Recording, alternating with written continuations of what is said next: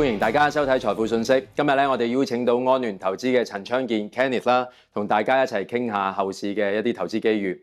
咁啊，Kenneth 上半年咧，環球金融市場咧就受到唔同因素啦，包括係地緣政治啦、通脹啦，同埋央行貨幣政策等等咧影響緊。咁啊，導致到股市同埋債市咧都出現比較大嘅波動性。咁下半年安聯對市場有咩展望呢？好啊，嗱，我哋覺得喺2026年下半年市場維持一個有支持，咁亦都波動高嘅一個環境嘅。咁啊，首先通脹高企啦，令到市場咧對於減息嘅預期咧有所調整。咁同時咧就係聯儲局嘅新主席帶領底下咧，政策方面咧應該會有啲變數。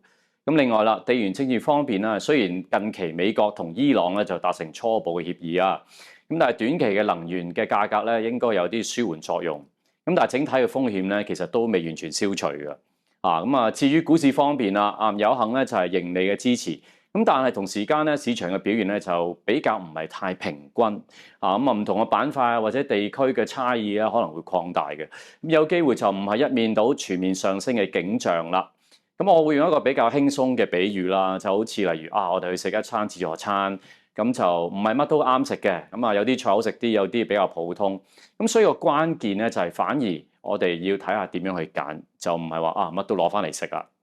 咁所以整體嚟講咧，我哋覺得下半年咧仍然有投資機會啦。咁同時間亦都比較考驗投資者呢個作出選擇嘅能力啦。美聯儲啦6月份就維持利率不變啦。咁如果利率喺一段時間咧係維持相對高位嘅話，咁投資者應該點樣去配置資產呢？好啊。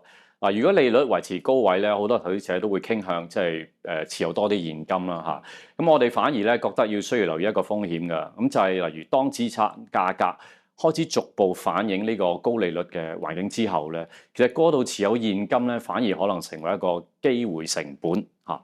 咁另外啦，就係而家嘅市場咧比較多不確定性，好似頭先提過嘅利率走勢啊、地緣政治，甚至乎咧就係資產價格相關性提高。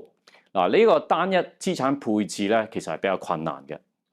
咁所以例如我哋建議投資者啦，就唔好淨係喺度等啦，淨係喺度揸住啲現金啦。我哋應該多用一啲多元資產配置，喺呢個市場一邊控制波動，一邊咧就喺度揾一啲唔同嘅機會㗎，會比單一持有現金或者單一持有資產類別咧更加有效率咧去應對而家呢個環境。係啊，咁不如轉講下亞洲市場啦。安聯咧嚟緊又點睇亞洲整體嘅投資機遇咧？好啊，亞洲長線個基礎咧，其實冇因為近期嘅波動而改變啦。結構性嘅增長咧仍然好強勁嘅，好似例如南韓同台灣呢啲出口主導嘅市場，最能夠咧就係受惠於人工智能即係 AI 需求所帶動嘅產業升級啦。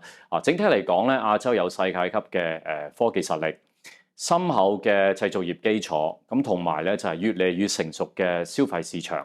咁好多 AI 嘅項目咧，其實都提高咗競爭力嘅。頭先提過南韓同台灣啦，其實喺市場呢個半導體供應鏈嘅地位相當之高。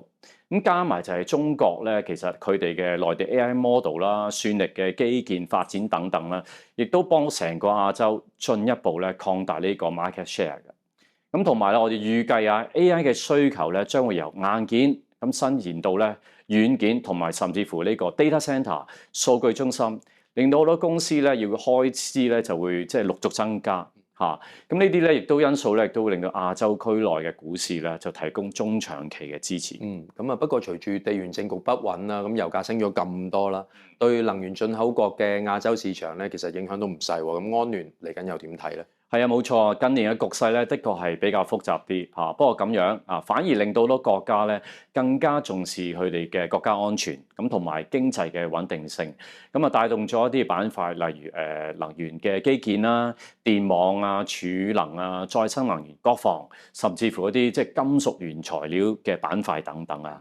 特別係人工智能數據中心呢啲嘅發展啦，對於銅啊、鋁啊、電力嘅需求咧，亦都會增加。相關板塊咧嘅股份咧，應該中長期咧亦會有啲支持嘅。